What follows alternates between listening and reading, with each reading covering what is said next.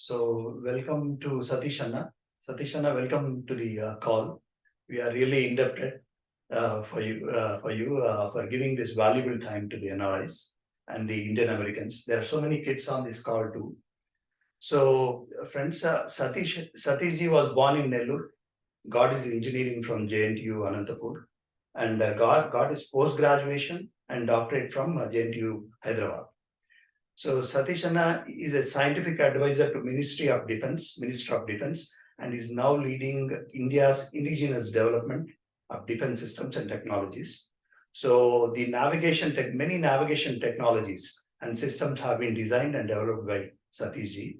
So he oversaw India's first successful test of an anti-satellite missile.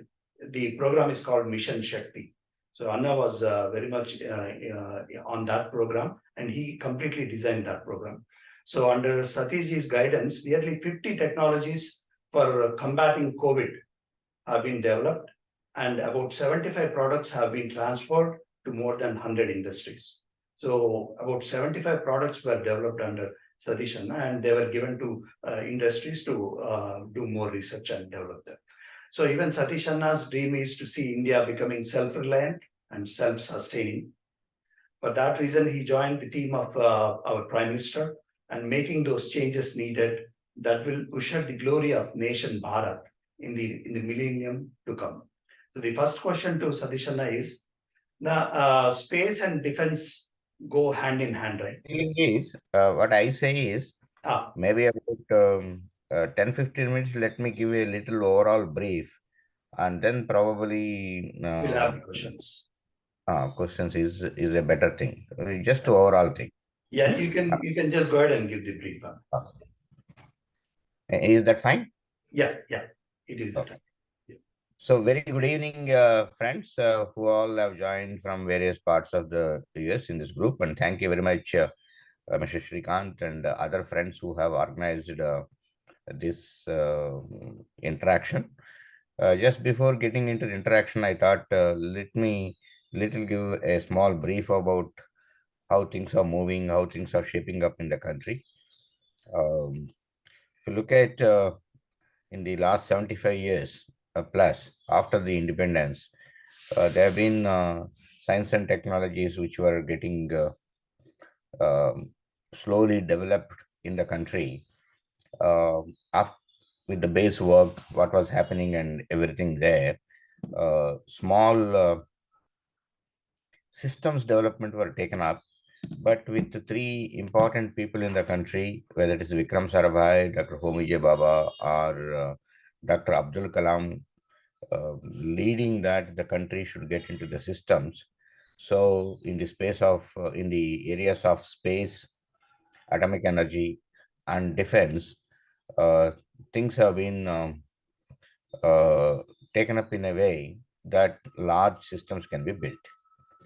And then, particularly in the last 8 to 9 years, with Honorable Prime Minister Narendra Modi ji giving impetus on building within the country and having the complete know-how, know-why within the country, again, the things have taken a different shape, and a lot of industries have come forward.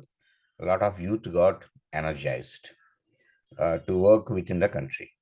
So if we go today area by area, I'll just a little later, I'll talk about industry and startups and youngsters, what is happening and all that. As I think mentioned in the details given, aerospace and defense, when you look at it, in the aero sector, the country um, has become the sixth nation in the world by developing its own fighter aircraft, which is a lighter version, of course, which is a 10-ton version, LCM Mark 1. LCM Mark 1, 40 numbers have been ordered by the Indian Air Force, and Hindustan Aeronautics Limited is making those aircrafts.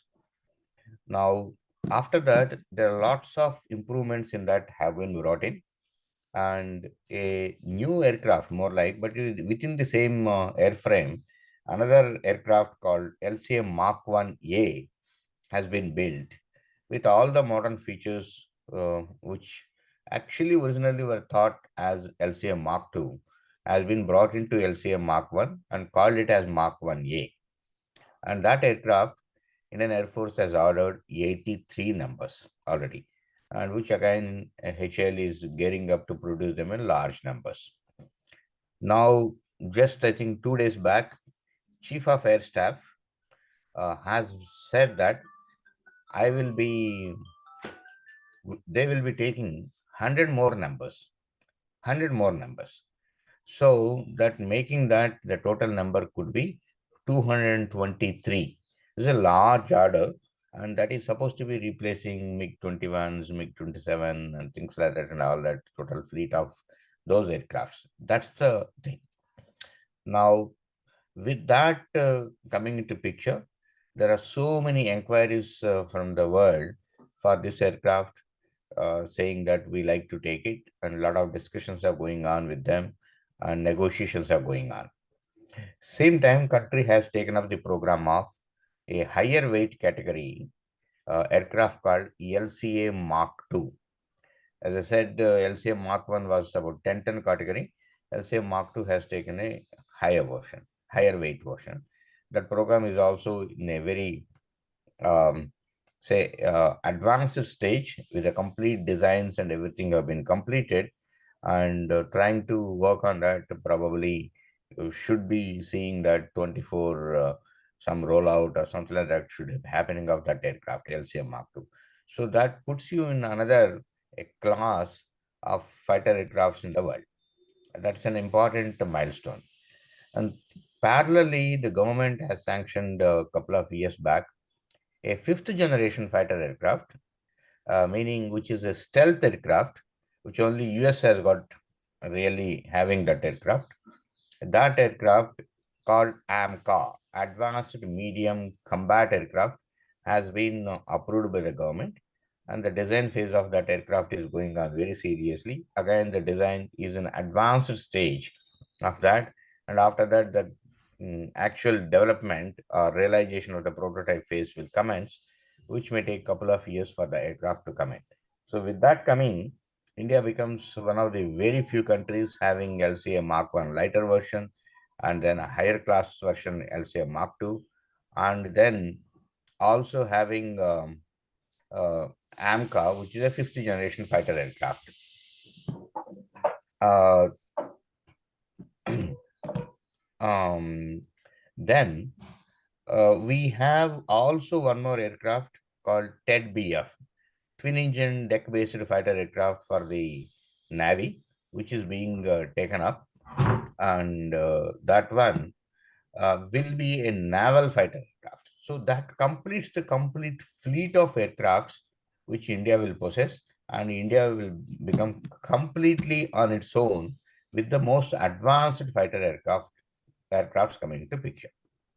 Same time, the helicopter versions also, Hindustan Aeronautics Limited (HAL) has taken up and has already come out with ALH and LAH, LUH, and sort of a multiple helicopters for multiple applications, where the Army or Air Force or Navy has developed these aircrafts, have gone through all the phases, and the production of these helicopters are also going on. This is again on the helicopters version. Then coming to the unmanned aerial vehicles, yes, there have been some delay in this program, but now the country has developed a medium altitude, long endurance UAV, which can go to close to about 30,000 feet, and having endurances of about 18 to 24 hours, is one thing which country has developed, and it is going through the trials and testing. Most of the critical parameters have been completed by this uh, testing, and the system, I think, more like is an advanced stage to get into the induction or production stage. So that is again on a UAV thing. So the further developments will be going on. So this is on a top level. I want to say that in the aero sector, there is fighter aircrafts, helicopters, or UAVs, and then of course the youngsters in the country in the drone sector.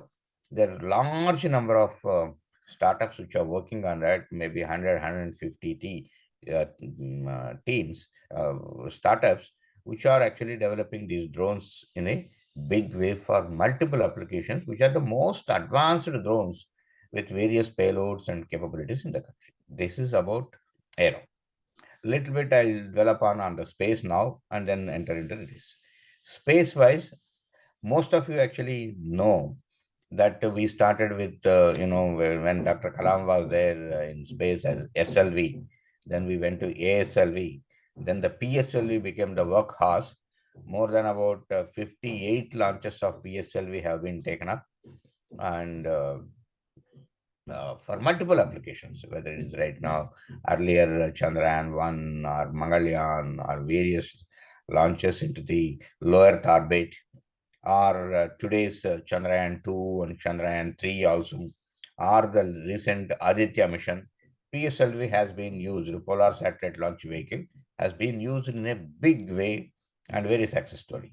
Then also the GSLV, Geostationary Launch Vehicle, which takes and keeps the satellites in the orbit of geosynchronous or geostationary orbits, which are at about 36,000 kilometers altitude. So for that, whatever cryogenic engine is required, which actually we were not getting from outside, has been brought in, and that cryogenic engine also has been developed. And today, lots of payloads what are required, various telescopes, various IR sensors, various SAR sensors, synthetic aperture radar related sensors, various cameras, and all those things are indigenously developed, which are putting into the satellites. And then the industries also and startups also got into the space, and many industries are working on the satellites, even on launch vehicles also. There are many industries, particularly startups, have come into picture who are trying to do the space activity in a big way. Again, I will a little bit stop there on the space wise. Next, coming to the defense. Defense again, India was earlier one of the very large, even now also continue to be one of the large importers of defense equipment. I only say that the trend is changing with the indigenous systems developing, which are of world class, which are of interest to the world. Lots of things have been developed. Now, today, the situation has come where we can say that we are completely self reliant in the areas of missiles, radar, sonars, torpedoes, electronic warfare systems, AVAC systems, armored vehicles, and even aircrafts. And many areas we are able to develop ourselves and entered into the most advanced systems development here in the country. Just to give you a couple of things, what India has developed and stands.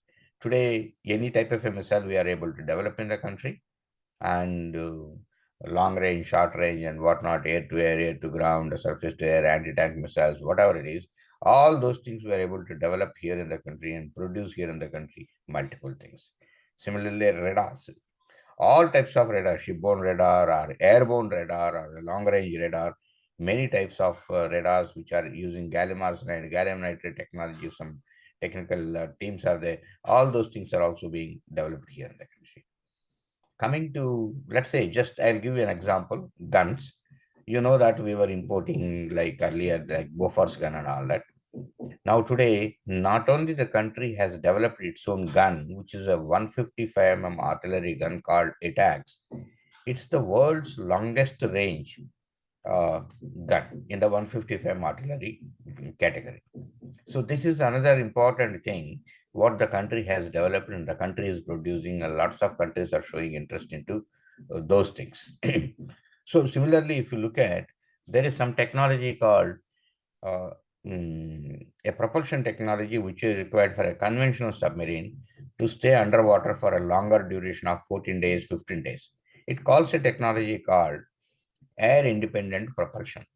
There is probably one country or probably two countries which have developed this technology and put into the submarines. Now India has developed this technology and it's incorporating into the submarines what we are going to, what we are having and what we are going to have. This technology of air independent propulsion, we become one or two. If you look at the ballistic missile defense, that means somebody else is launching a ballistic missile. you intercept it in the midair itself. That technology is also possessed by I think probably three countries. India is the fourth country having such thing. And I think somewhere it is, some time back it is said, anti-satellite test. If there is a satellite which is doing some fun activities which are detrimental to our nation interest, and then you want to do neutralize that satellite. So a capability has been developed in the country, and India is the fourth country after Russia, America, and China, which has developed this technology to neutralize the satellite by launching a missile and going and hitting that satellite. In India has demonstrated that capability. So if you look at, lots of technologies, lots of systems are developed here in the country, and slowly we are moving from a large importer to a exporter. Last year, we have already done exports of more than 16,000 crores worth of equipment have been exported. And this year is going to be much higher than this. And the trend is increasing. This is one thing. Second, earlier defense, mostly it used to be DPSUs. That means defense public sector units like HAL, BEL, BDL, and BML, and these sort of things only were doing the defense production. Now today, large number of private industries have entered, and they are able to do critical systems like even వద్దులేండి feel missiles, bombs, and things like that వదిలేను. also. Missiles, bombs, and other things also are being done by these people. This is another thing. So today we have more than about 2,000 industries, which are tier one industries, who are producing systems and subsystems. This is one. There are more than about 15,000 industries, which are tier two and tier three, which are producing components and things like that also. Is one thing which is a sea change from earlier days. Now it is happening. This is one. Second, coming to the startups, if you look at in 2016, we had around somewhere around 456 or so are the startups what we had in this country. Today, we have crossed more than 1 lakh startups here in this country, and many of them are in the areas of aerospace and defense related things. As I said, the drones area is completely captured by the youngsters and startups. There are more than about 150 or 200 startups in the country who are working on drones and drone related technologies. And so there are so many startups which have come. This is one thing. Earlier, never so many youngsters used to come up and establish a startup. See, if you actually look at the traditional thinking in India was, somebody was trying to make a component or a system which an industry or which, let's say, BEL, BHEL, ECIL, or railways, or somebody, RDRDO or space wants, and try to keep producing them in numbers was the trend. That means you want to become part of the supply chain, was the thing. Whereas the startups today, the thinking process has changed. They are in the process of uh, competing with the world as global competitor. So your system, what you are trying to develop, product, what you are developing, let's say software or hardware, whichever it is a globally competitive product, which if people are from outside are trying to invest into it. This is a sea change. Similarly, we had only about 5 or 6 IITs earlier. Now every state has an IIT. Every state has an IASER, that is Indian Institute of Science, Education, Research. So a lot of technologies and research is happening in the country. And majority of these IIT people were going abroad earlier. Now they're all staying back here in the country. More than about 70 to 75% of the IIT students are staying back here in the country, and they're trying to produce the systems within the country. And they are the people who are coming out with the startups and trying to develop a globally competitive product. So this is again a sea change in the environment. Every university, more or less, here in the country has an incubation center where they are providing all the facilities for the youngsters to work there and things like that. Many state governments have got incubation centers. So this is another important thing which is happening.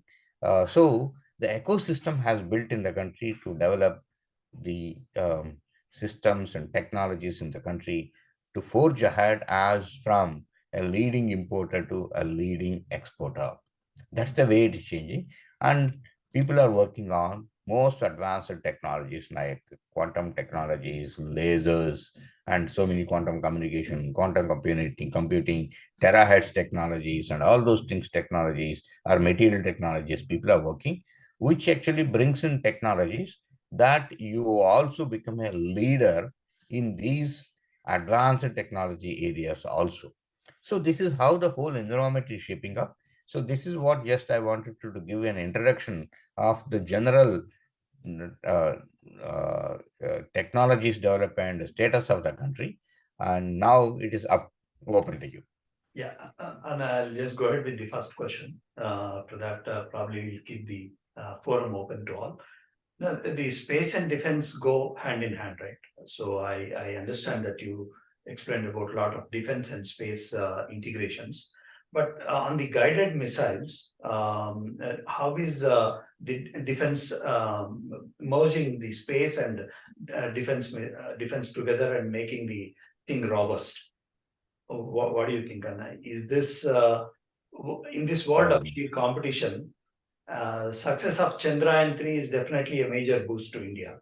Do you think? No, I will little bit explain this way. Is that am I clear to you? Yeah, There was your voice. Yeah, okay. Now what I meant to say is, um, see, basically space uses rockets for sending these payloads into the space. If you look at missile also actually uses rockets. The propulsion technologies are very similar, except that the technologies, remaining technologies are different, and there is a fundamental technologies commonality. So now the country actually do not have mixed programs technologically, like materials like propulsion or avionics technologies and all that are similar, which actually technological level both in academia and R&D organization keep on interaction keeps on happening, but the programs are completely different. India today is very strong in the missile areas, varieties of missiles, whether it is surface to surface missiles, ballistic missiles, or surface to air missiles, or air to air missiles, or anti-tank missiles have been developed in the country. There are many more are getting developed, and the system is very robust. There are multiple industries, not only the DPSUs and the private industries have come and trying to develop and produce this. And you will be seeing that in the coming 1 or 2 years, many more new missiles will be developed in the country, making you um, stand as one of the top nations in the world having this class of missiles.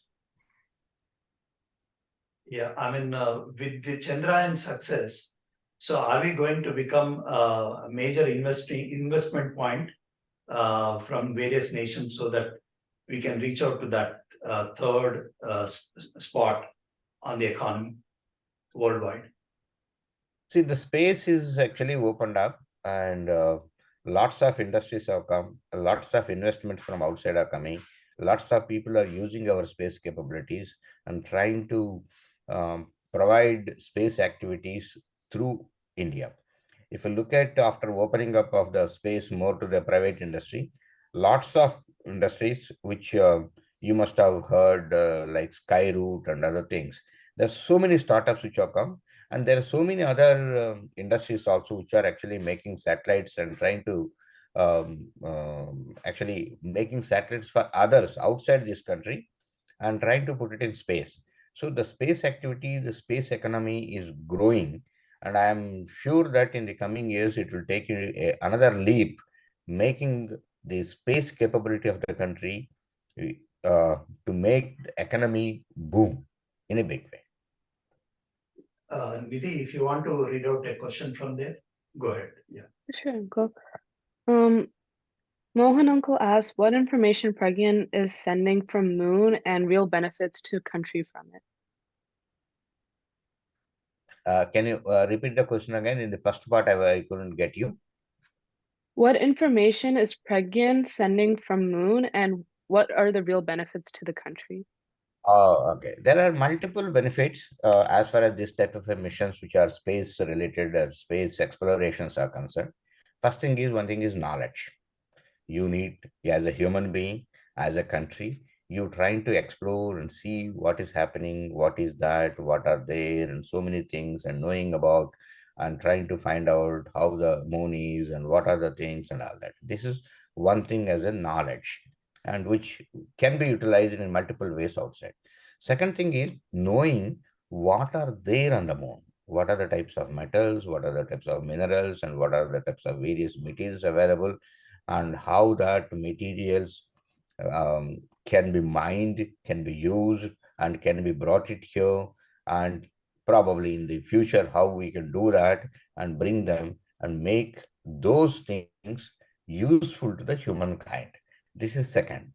Third, you can imagine many things, and what are the other explorations. You can have many people going there and things like that, and tourism or even habitations, and so many things can be extended to that in the other direction. Right now I only limited to one is knowledge and information, and third is getting more and more on the various things which are available on the moon, which can be useful to the humankind. So that activity, that is what actually the rover has done, studied what are all the materials available and all that. A lot of data has come. It has to be studied a little more in depth to see that what is the density of that materials and what are those available materials, and then little more further study the material characteristics and other things and all that, and then can be used for the humankind on the earth. One question on the follow-up to this question, like, we are actually collaborating with NASA on this whole program, right? So are we going to share the data with them, the whole data, or just partial, or are we going to hold off the critical data? See, if you look at Chandrayaan-1, a lot of information which has been observed from Chandrayaan-1 is being shared with NASA. It's a mutual data sharing, what happens, so that for the science and technology exploration, whatever is required is will be changed. But I'm not exactly sure in the Chandrayaan-3, is there any a formal arrangement agreement to exchange the data? But I only gave you example of Chandrayaan-1. Similarly, Chandrayaan-3 also, some information exchange will be there, I think so, but I won't be able to confirm right away on that today. Ishwan, you want to go ahead with the next question? Namaste, uncle. My name is Avanish. I'm from Tennessee. Namaste, Dr. San. Namaskar, how are you? Good. Howdy. With so much space activities and competitions, would there be any possibility of war between countries and the scope of satellite destruction? And if so, how would you safeguard our assets? Good question. See, one thing is, we have to understand that space has become the fourth dimension of warfare. The warfare earlier used to be like land, army, air, that is Air Force, and then on the sea, it used to be a naval. Now, the fourth dimension of warfare is space, and fifth dimension of warfare is cyber.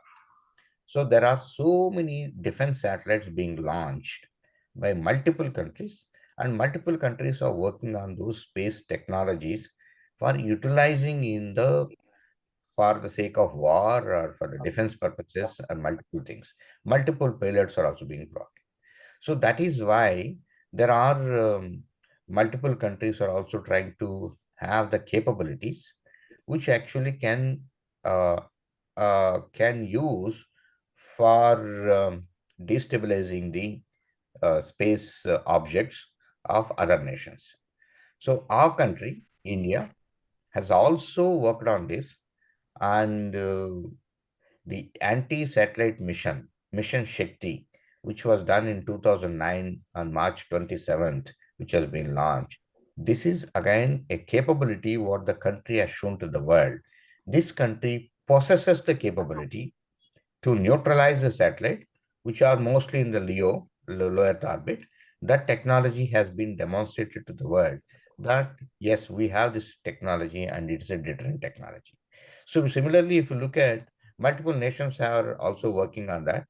Like as I said, Russia, America, and China have demonstrated this capability, and also multiple countries are working on various other technologies like co-orbital and things like that, and then having a robotic arms, or otherwise you have lasers and other things to neutralize other satellites within the space and all that.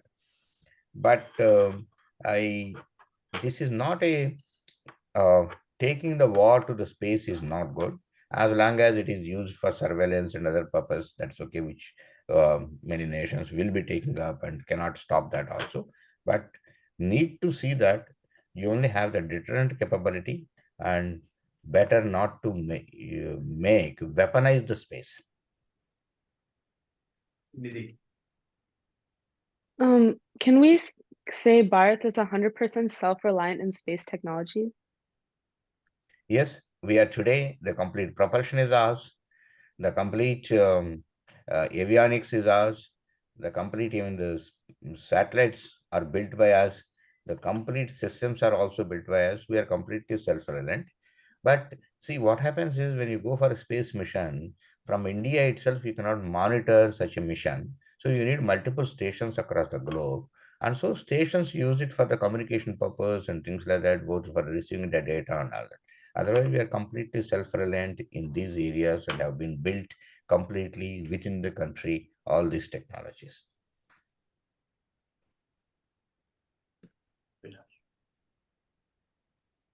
Dr. Satesh, as you know, most NASA scientists are Indian in descent. So, any suggestions for the youth to be in the aerospace career?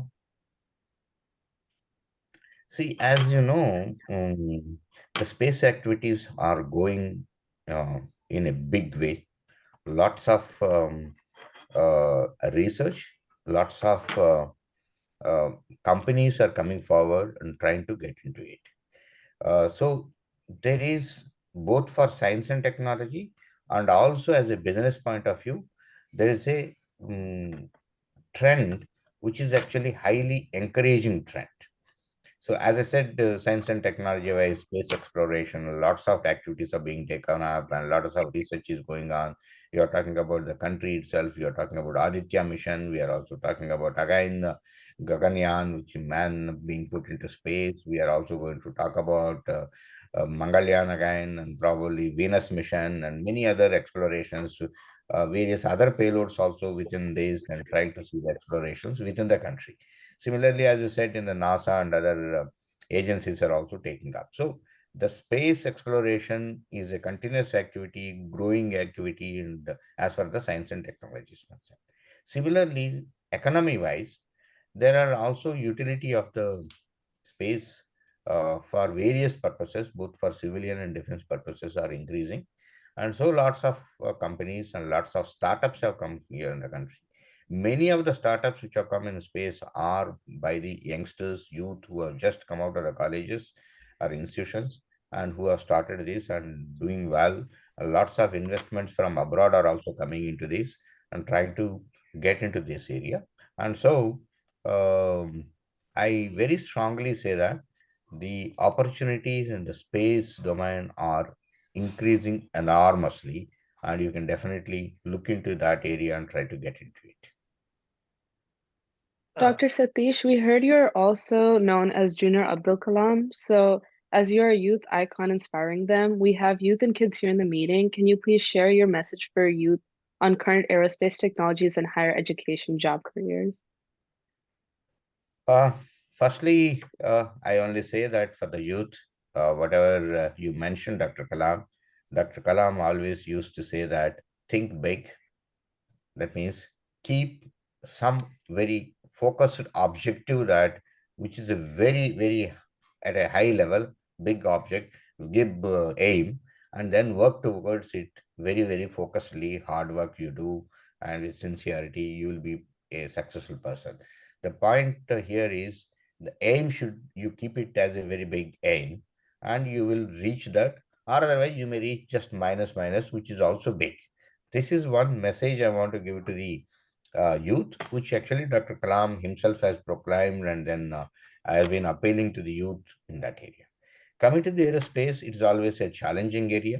It's a area where you need to know a lot, need to knowing about this universe is a big thing. What we know even now as a mankind is very little.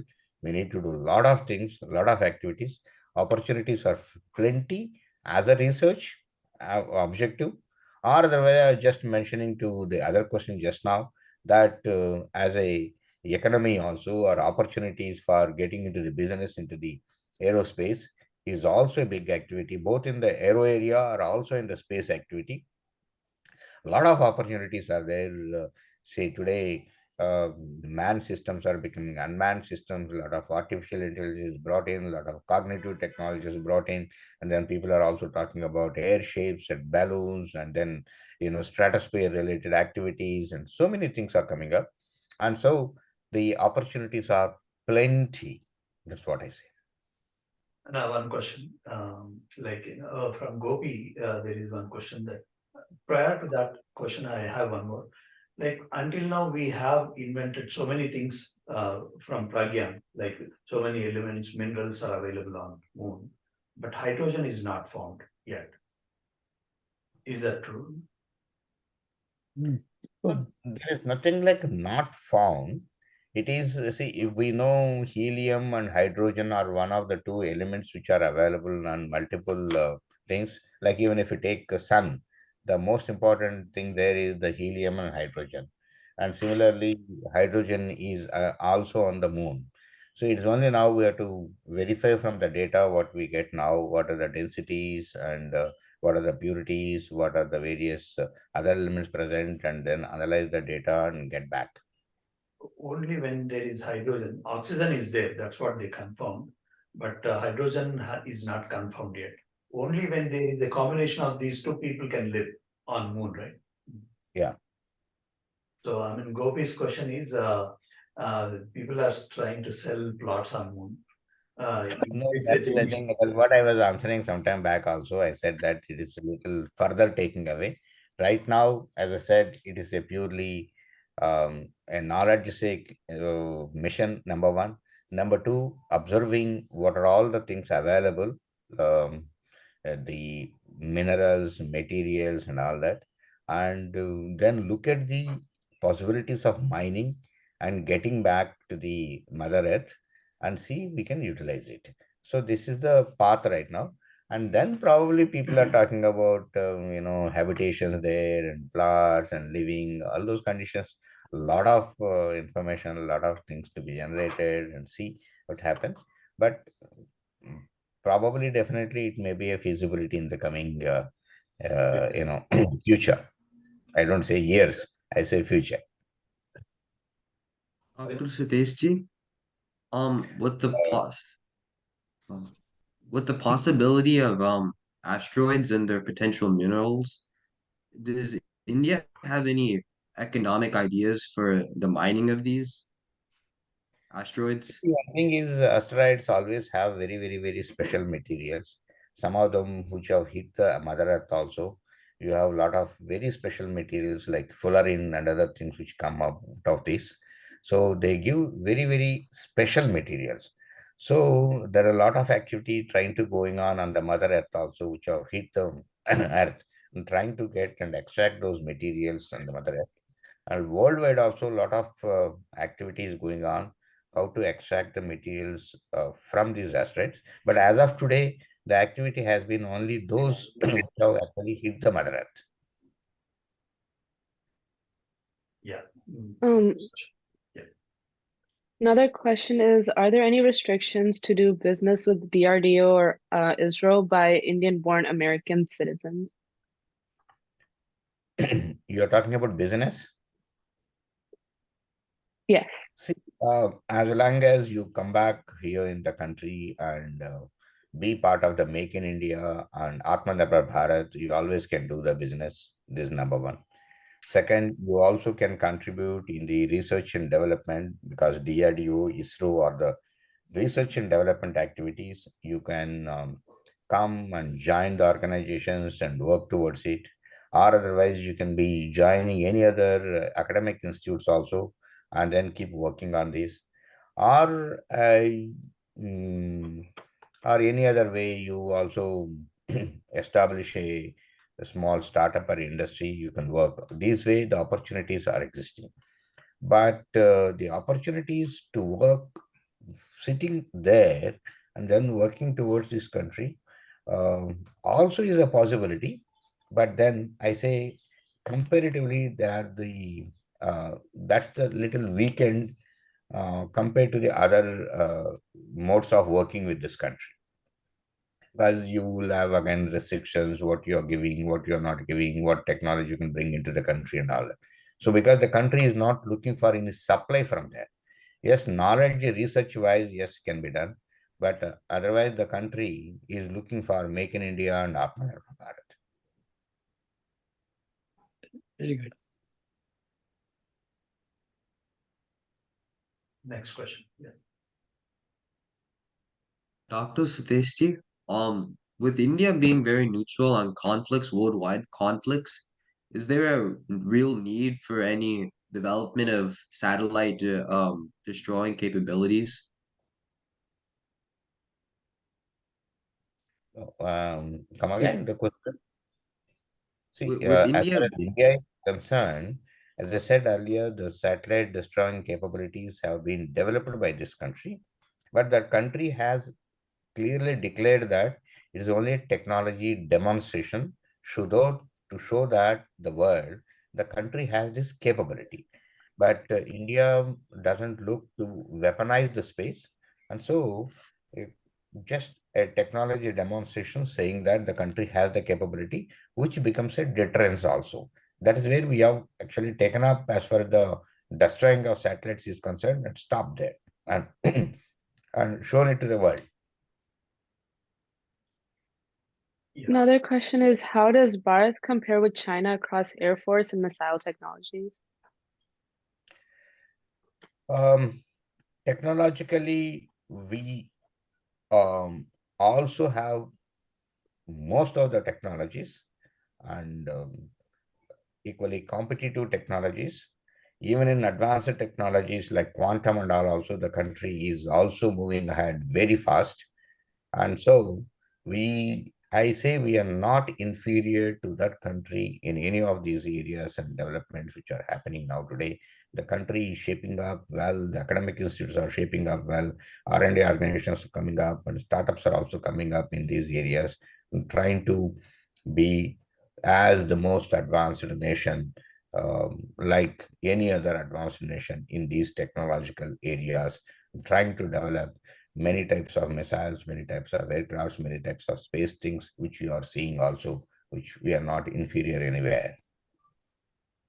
Now, next question is Mamta Kabra is asking, what about the space debris that also has become a big concern? It's a very important question. That's a very serious concern. The debris which are generated out of multiple launches and multiple satellites being put into orbit, these are becoming a menace and will be becoming a menace. And so there is a lot of concern worldwide by the space agencies how to handle this. So there are lots of technologies also being worked out to handle the space debris and trying to see that when you launch also, the debris generated are as minimal as possible with each and every launch. So these are multiple areas, multiple technologies. There are conferences happening, papers are being generated, people are working on that research. That is why India, when it has done the ASAT test, it has seen that the debris are minimal and the debris are also decaying very fast. That's why we did at lower orbit below 300 kilometers. The impacts are also seen in such a way that the debris also remain at lower altitude and the debris decay very fast. That's why ASAT mission of India, the debris more or less, all the debris have disappeared. Maybe there are one or two. Now, whereas one country which has done at a very high altitude, the debris will remain for a few more decades to come. So this is the type of, so the nations need to be responsible in doing any test or any launch and all that, we are generating minimum debris. And of course, the technology is towards the debris um, to be eliminated in the space is another important area, which I think will take up a shape, and then people will move towards that and trying to see that the debris in the space are cleared, otherwise which becomes a menace for all our space objects. Now, how much more time you have? We are about 45 minutes. Do you have 30 more minutes? Let's see how the questions go, Okay, and sure. then Yeah, we'll go get ahead with the next question. I find actually I'm only saying that let it be more the questions from multiple people. Yeah. Trying to see that that way. Otherwise, it becomes a one-to-one interaction. They are reading out from the chat window. Both the kids are reading out from the chat. Okay. Yeah. Go ahead. Yeah. Next question. Yeah. Next question is, what does India still lack in defense capabilities compared to China and USA? When do we think we can be on par with them in terms of technology, if not number of weapons? So India is working on multiple technologies which we need to develop, like some other technologies like propulsion technologies, the aero engine technology is one of those things.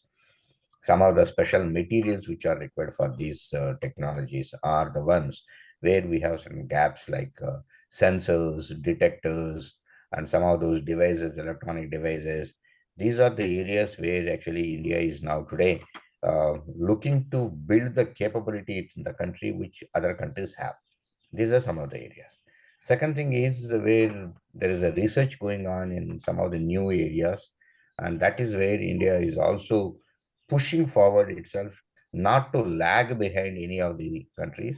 Talk about electromagnetics, or talk about lasers, talk about terahertz technologies, and talk about the materials like smart materials, related models, and all that. These are some of the cognitive technologies. These are some of our underwater technologies, and some of the areas where also countries trying to push. The areas I mentioned to you where India is right now not completely self-reliant and trying to work on those, try to make yourself a completely self-reliant country. Dr. Sudeshji, next question is, how is Bharat dealing with the solar storms, which the sun is reaching its solar cycle peak in the coming years? As the sun is sending more solar storms, which has the power to destroy satellites? Aditya L1 is one of the missions for that right now being done.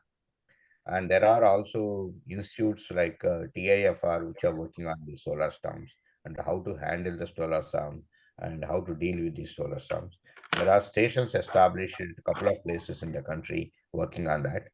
And Aditya L1 mission, probably another about 3 months later or so, should be able to provide a lot of information on this. And many technologies could be developed to handle the solar storms. But activity has been going on. As I said, the multiple stations have been established, and there are technologies developed which how to handle within that. But it's an area where you need to explore further in a big way. And we'll have the next question from Narendra. We have a question. Okay, Narendra. Okay. How about robotics and like mountain climbing robotics, things like that? Are you doing anything? Are you developing those? Yeah, I have a question. Yeah. I think I'll answer that question, and we'll take up Mr. Narendra that question. Yeah, sure. Yeah. That is Narendra Anna from Robotics, a lot of work is going on. That's Narendra Anna from Ohio.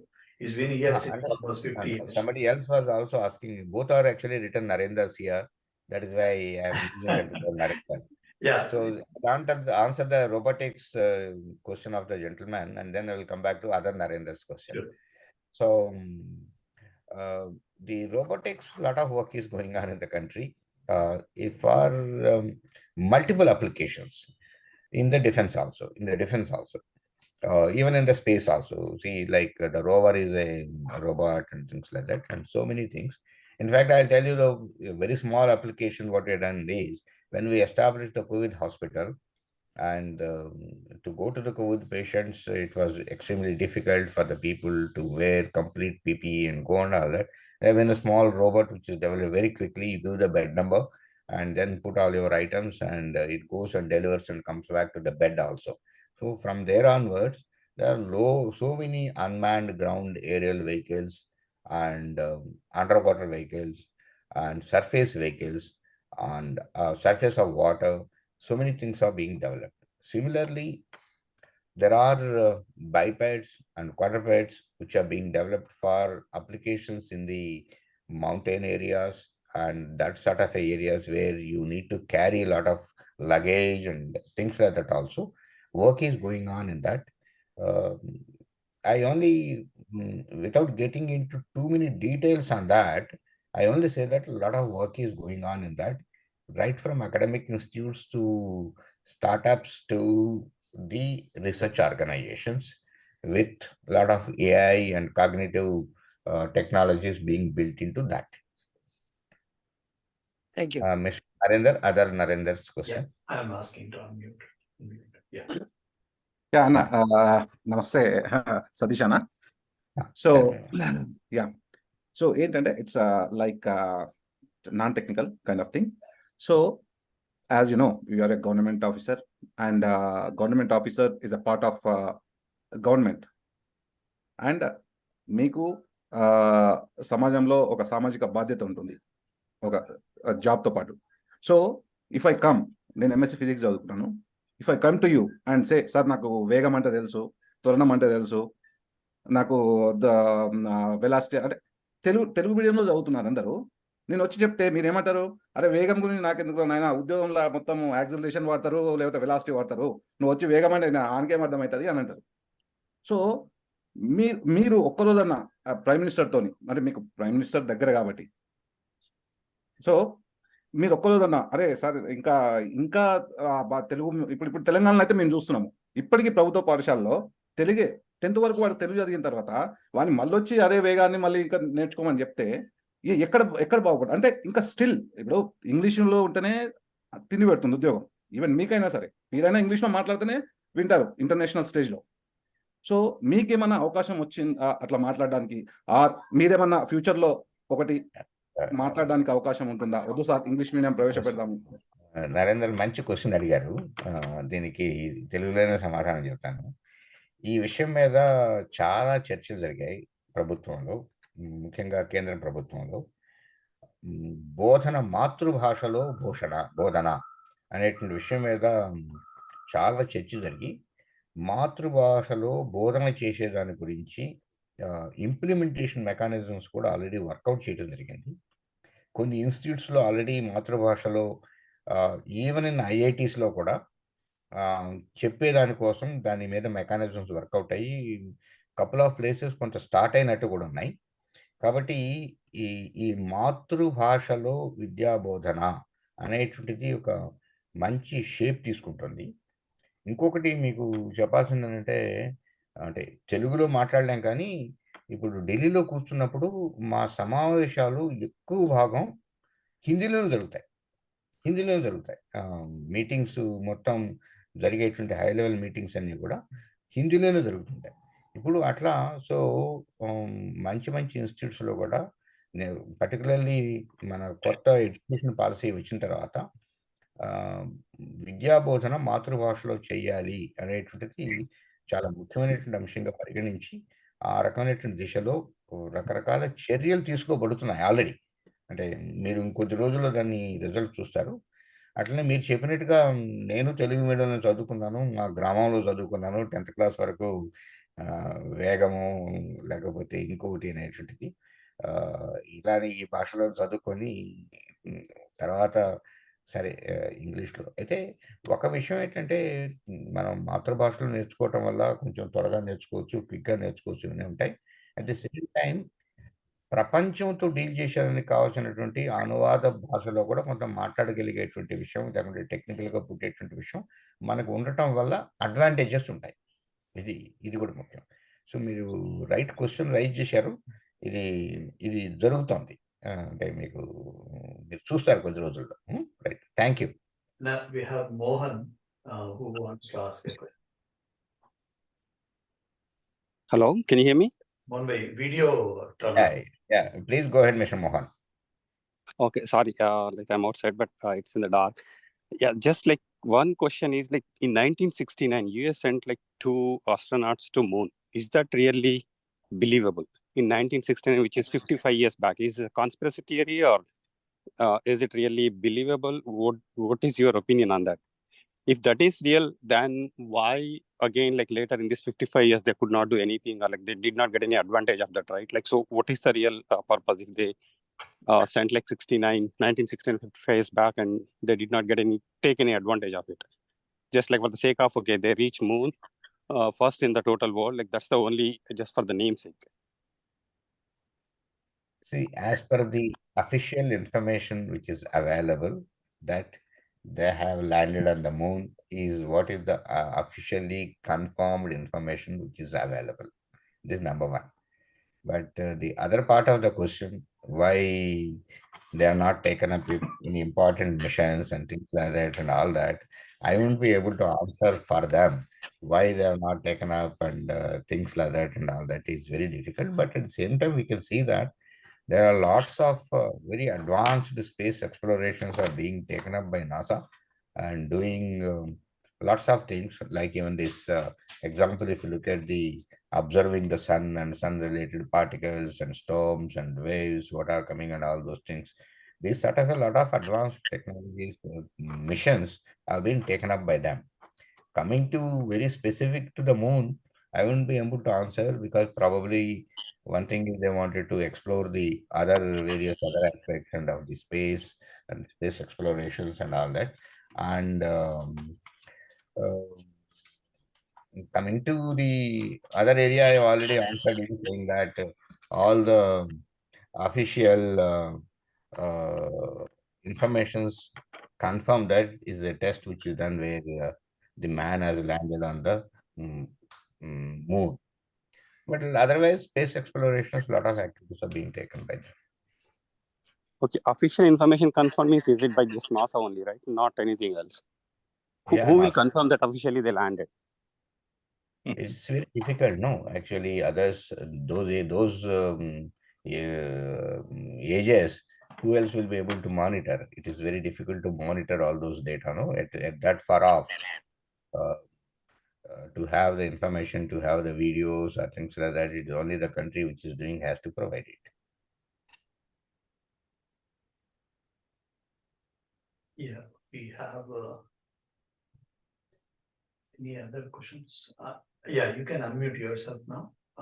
King Place. Who is King Place? I have put it in the chat, Vaishnav. Oh, Meera, you can ask the question. No, Dr. Sateesh Garu.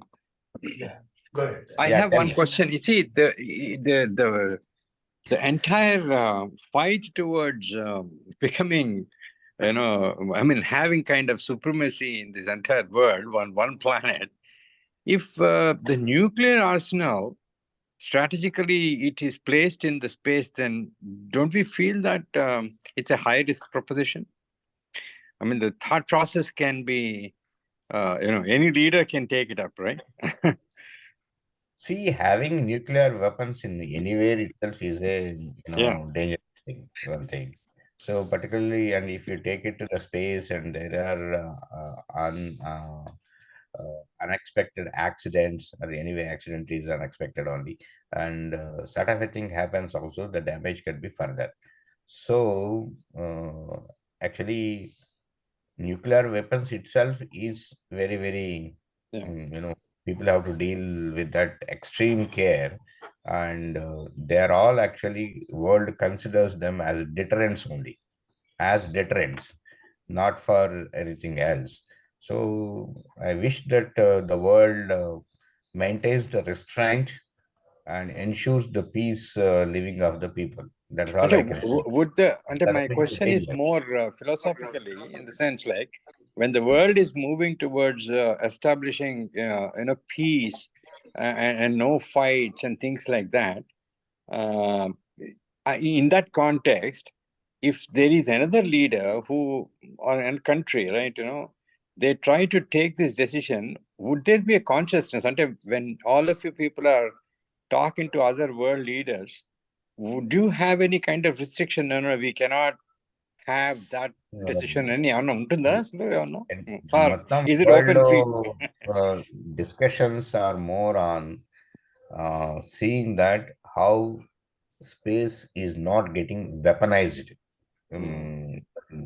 You have gone a little more ahead also. I'm saying that that's what I said. India is not looking towards weaponizing the space and advocating that, and a lot of discussions keep happening. A lot of discussions keep happening on the space debris and not generating space debris, removal of the space debris. So from there onwards, it's every discussion is towards it, and there are restraints also happening from the world to see that this is the space is not weaponized. Wish that that will be maintained, and then more wisdom prevails, and such things don't happen. Yeah. Thanks, sir. Thank you. Thank you. So we have two raised hands. One is Havi, Havih. Could you please unmute yourself and ask? Yeah. Yes. Hello, Dr. Sateesh, sir. My question for you is, how far can the Aditya space satellite or rocket go to the sun? It is 1.5 million kilometers from the Earth. It goes towards the sun, whereas the distance between the Earth and sun is 15 millions. No, 150 millions is the thing. So we are going to 1% of the distance between the moon to Earth to sun, which is 1.5 million kilometers. Thank you. Thank you. So, King plays. Can you unmute yourself? Yes, go ahead. Go ahead with your question. Yeah, Sateesh Reddy garu, this is Damodar. I work for Lockheed Martin. What is the partnership with this with Lockheed Martin with India, and how is it helping in Make in India campaign? See, Lockheed also has got centers in India and trying to work here within the country. As far as we are concerned, the country has mentioned very clearly every organization or a company should be working in India with the concept of Make in India, and try to see that. And most of these organizations are trying to meet those requirements.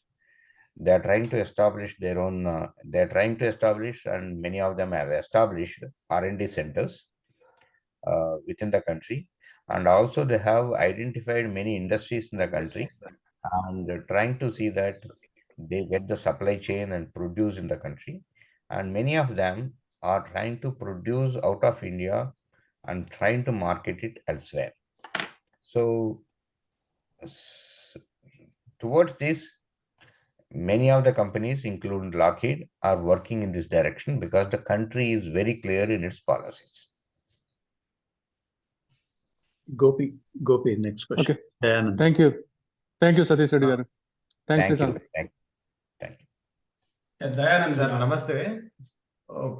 చాలా నుంచి ఒక ప్రశ్న ఉండే sir, అది మనకు సంస్కృత గ్రంథాల్లో ఇప్పుడు కాణాదుని అణు విజ్ఞానమైన లేదా భాస్కర గణితంలోదైనా ఆ వేదాల్లో ఉన్న చాలా ప్రాచీన చాలా విజ్ఞానం ఉందని చెప్పుకోవడం తప్ప ఈ మధ్య ఏదైనా అంటే ఫార్మల్ రీసెర్చ్ అండ్ డెవలప్మెంట్ ఏదైనా గవర్నమెంట్ చేపట్టిందా సార్? అక్కడ నుంచి ఎన్నో అమూల్యమైన జ్ఞానం ఉందని వింటాం కదా.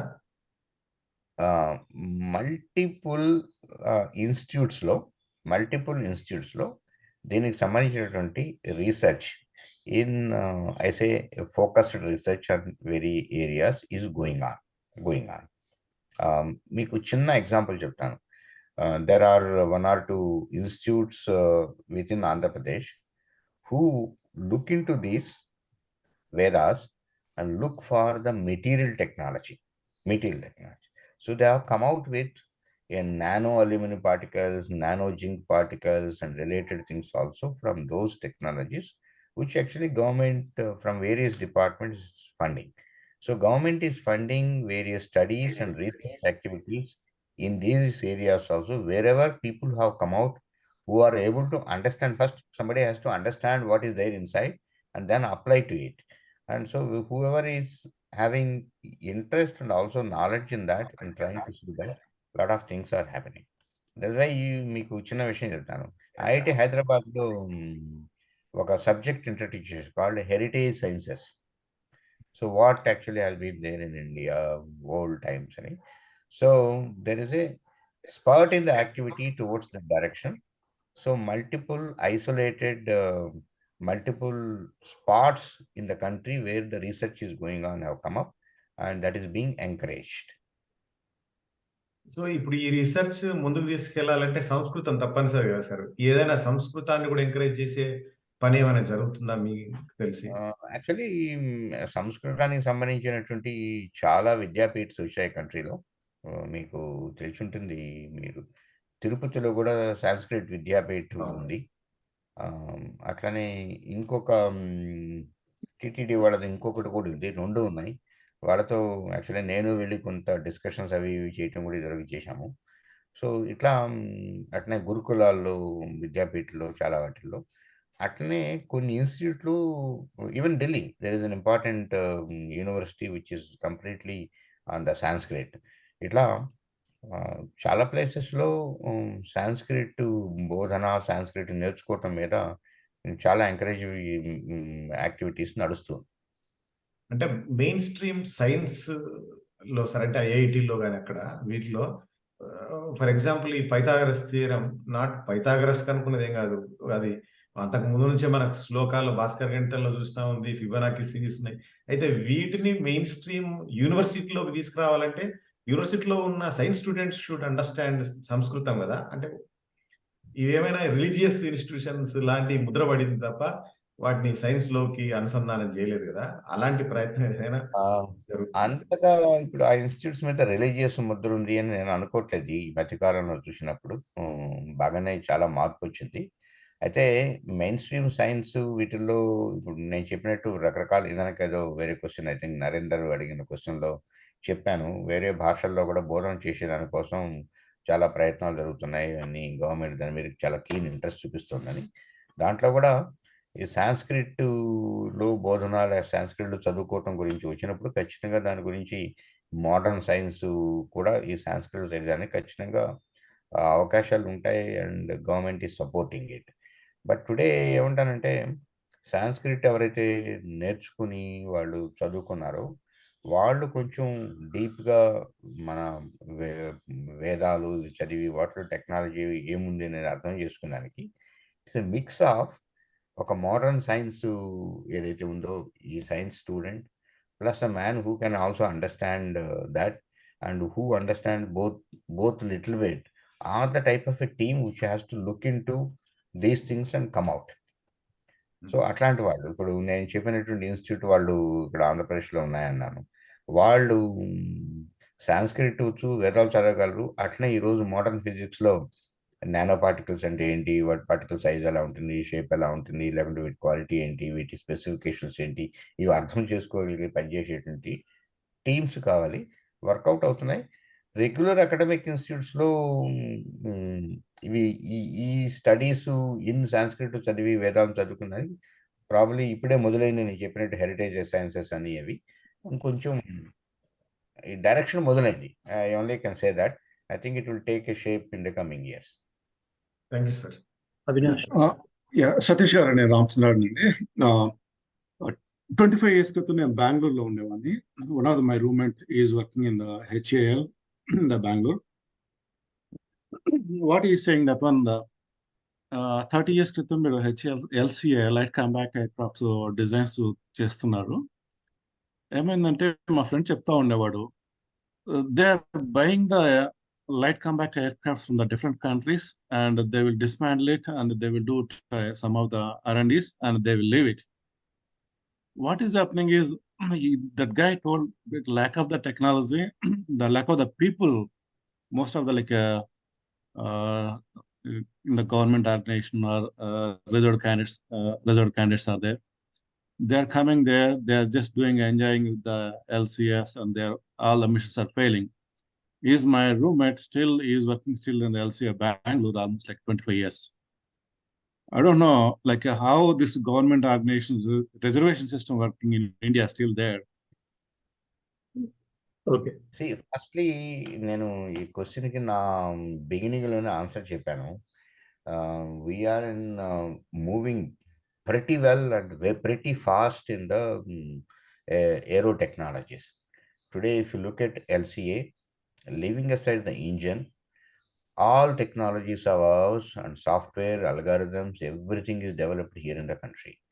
Even small parts like landing gears, valves, control actuation systems, navigation systems, and sort of everything, even the MC, mission computers and avionics, complete systems are developed here in the country. We are not dependent anything, and we are not bringing something from outside, and we are not dismantling and trying to, learn or anything and all that. And it is not actually government organizations also. Now, most of these things are coming from industry. Actually, if you LCA, most of the things today are coming from industry. Industry is able to develop. What 30 years back was a completely different scenario, because we didn't have anything. We were not actually trying to understand what are the exact specifications of aircraft, and what we need to develop also was a struggle that day.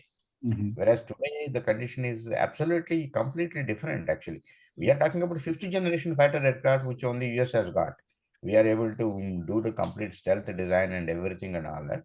So as I said, one or two areas of technologies which we still lack, that the country is also working in a big way, like engine and all that. And the research is happening in the government organizations, and now industry also has taken a big leap in this, and industry is also coming up. That is why people are talking about, I will roll out in 1 year, 2 years and 3 years and all that, these aircrafts, which actually originally in our country or any country used to say that it is about 15 years and 10 years is the time what you require from drawing board to aircraft to roll out, is because the ecosystem in the country has come up so well. Actually, ఆ conditions ఈ రోజు ఇంకా ఉన్నాయని నేను అనుకోవట్లేదు. Okay, thank you. Vinash, you have a question. Dr. Santosh ji, with the US, Okay. Sateesh ji, sorry uncle. With the United States launching their Nancy Grace Roman telescope in 2026, does India have anything to essentially be competitive on that same scale?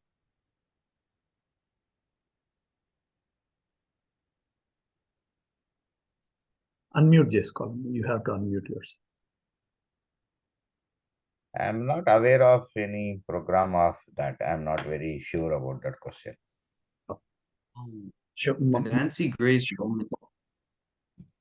And that's what I'm also understood that, whether anything equivalent, I'm not very sure about it. Program.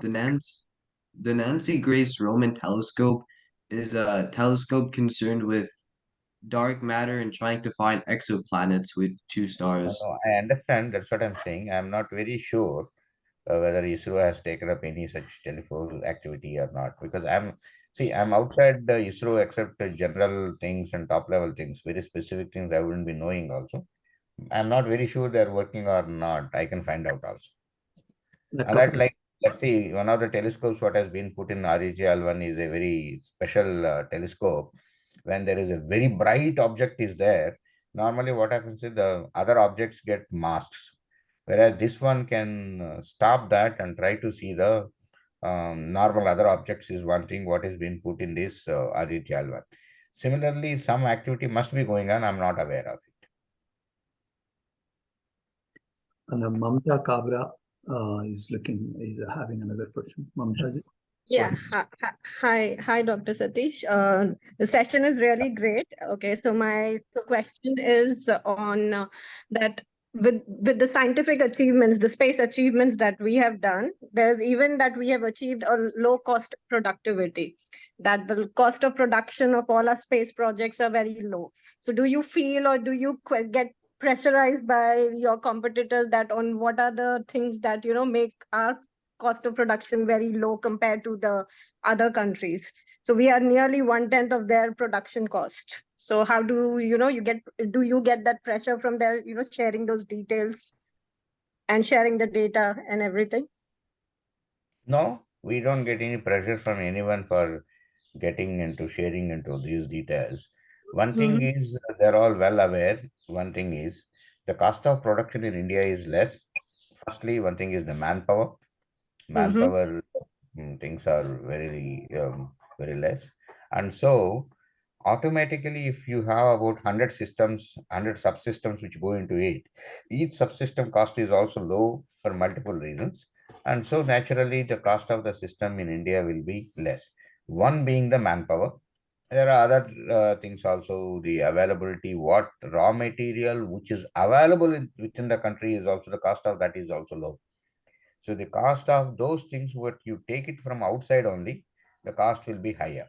So that's why not only in defense and aerospace, anywhere in equipment, whatever you try to see also, the cost will be very less, and there cannot be any pressure. There will not be any pressure to, see the things. But generally, anybody who understands these things, who are making the products, who are making these systems, who are producing things, they will be aware why the cost of production in India is less and other places it is more. Okay, thank you. Satish గారు నేను మోహన్ అండి.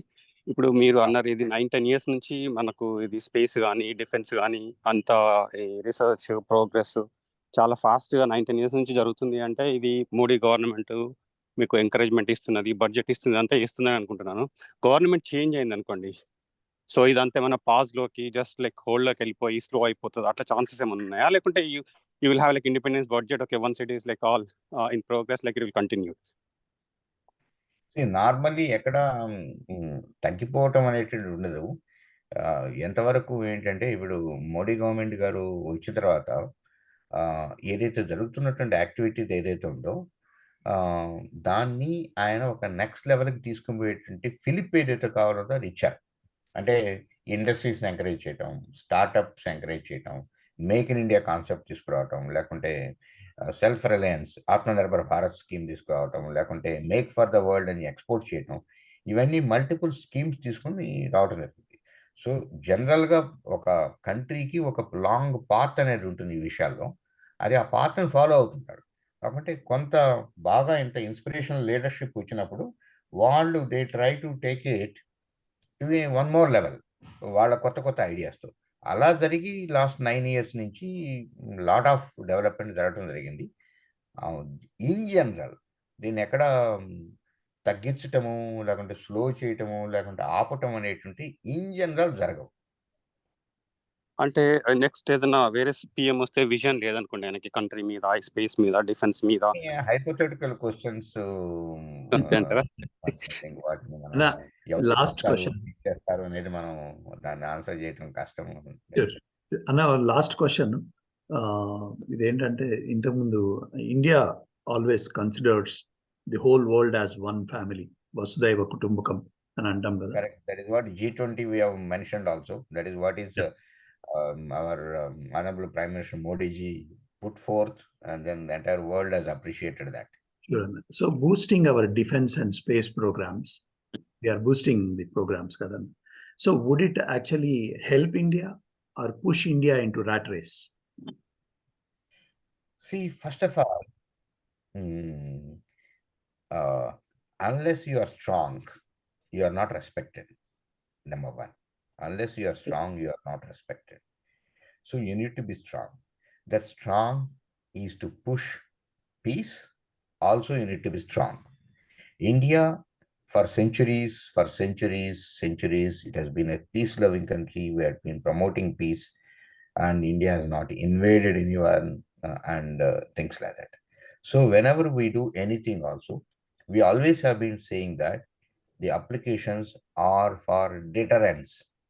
See, we said ASAT is for technology demonstration. When Agni missile was launched, at that time it is very clearly mentioned by the Dr. JPJ Abdul Kalam, it is a deterrence. So when we are doing any activity, is only to show a deterrence. Deterrence also brings in peace. So you trying to become stronger is trying to push the peace or Vasudhaiva Kutumbam part also strongly and to take it people. If you are weak, whatever you say, nobody will listen to you. If you are strong, only people will listen to you. Now the country and India is emerging as one of the strong economies, in strong technologically and strong leadership. That is how the world has taken up what we have said as Vasudhaiva Kutumbam. So we need to become strong in multiple areas, everything. And that is, again, you have to have your mindset, which India has as a peace-loving nation and peace promoting nation. Hope India won't become an enemy to the developed nations with the fast-paced growth we have. Will not be. People understand what is the actual motive of India, and I think they very well will be knowing, and it is okay. Sateesh Anna, pretty much we are good. Ajay, do you have any question? Ajay? No, I'm good. I'm good. Thanks, Sateesh. Narendra, anyone have any question? The last question that you can have. Else, Sateesh Anna? Gopi? Yeah. అంటే అంటే అన్నకు time ఉంటే అడగొచ్చు ఒక question అడుగు త్వరగా కానండి. Yeah అన్న ఏం లేదు అంటే మేబీ అంటే I normally use to stay near DRDO Santosh Nagar in Hyderabad, very close. So అంటే చాలా మంది ఏమంటారంటే ఏ డిఆర్డిఓలో సెంట్రల్ గవర్నమెంట్లో టైంకి వస్తారు పోతారు. ఇక మనం చూస్తే ఓ కాఫీకి కూడా పంచాయతీ అయింది, కాఫీ బాగాలేదని ఒక ఆయన సైంటిస్ట్ వెళ్ళిపోయినాడు. ఇస్రోనేమో ముందుకు పోతుంది, డిఆర్డిఓనేమో ఇంకా అంత ఫాస్ట్గా వెళ్ళట్లేదు అని క్వశ్చన్. అంటే don't take it as negative, just బయట మేము మాట్లాడుకున్నప్పుడు వినేది. So is it really or it's? నేను చాలా స్పష్టంగా చెప్తున్నాను, నేను డిఆర్డిఓని వచ్చాను కాబట్టి నేను ఈ ఆన్సర్ చెప్పట్లేదు. అంటే is absolutely misinformation and create bad about a particular organization. DRDO నేను ఆ మధ్య యూఎస్కి వచ్చాను కదా 6 months బ్యాక్. డిఆర్డిఓలో పనిచేసినటువంటి వాళ్ళందరినీ వెళ్ళిన ప్లేస్ కల్లా కలిసిన. The say that every one of uniquely the type of environment what we have got and what we have done and type of activities, the type of frontier activities we are not seeing anywhere. The multiple dimensions and multi technological areas, the what we have worked. This is number one. Number two, ఈ 9 to 5 వారు ఎక్కడి నుంచి ఉన్నారో నాకు తెలియదు. నేను I will tell you my own and my large number of scientist. నేను హైదరాబాద్లో మీరు చెప్పిన సంతోష్ నగర్లో డిఆర్డిఎల్ ఆర్సిఐలో 1986 నుంచి 2015 వరకు ఉన్నాను. In whole of my life me and at least I can minimum say about 200 people, scientists, would not have taken one Saturday off in their life. Yeah. One Saturday. At least 50% of the Sundays they would have come to office.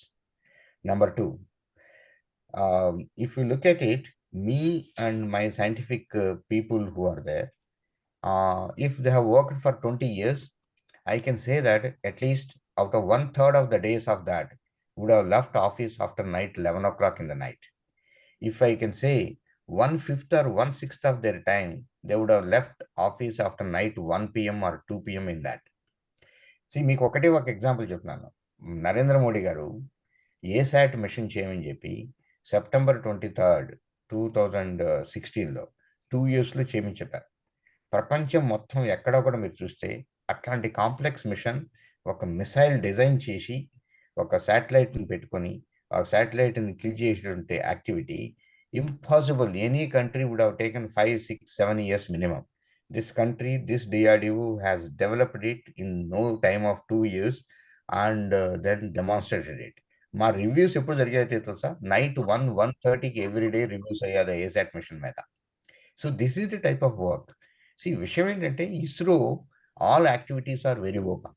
Absolutely no doubt they are doing extremely well and they are doing excellent job. But defense లో ఉన్నప్పుడు అన్ని డిఫెన్స్లో ఉండేటువంటి activities ముందరకెళ్ళాం. ఇది ఒకటి. రెండోది, India is a large importer of defence equipment. బయట నుంచి చాలా కంట్రీస్ మనకు అమ్మాలని చూస్తారు.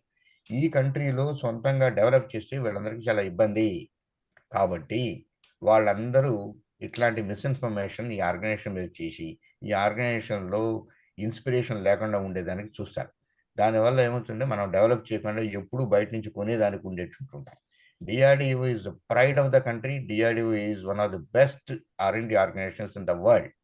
This is absolutely, నేను మొదలనే చెప్పాను, నేను ఇక్కడ పని చేస్తున్నాను కాదు కాబట్టి, చూసి బయటికి వెళ్ళినటువంటి వాళ్ళని వాళ్ళందరూ మాటలు విని వాళ్ళు ఎలా ఉంటున్నా ఏంటని చూసిన తర్వాత నేను చెప్తున్నాను.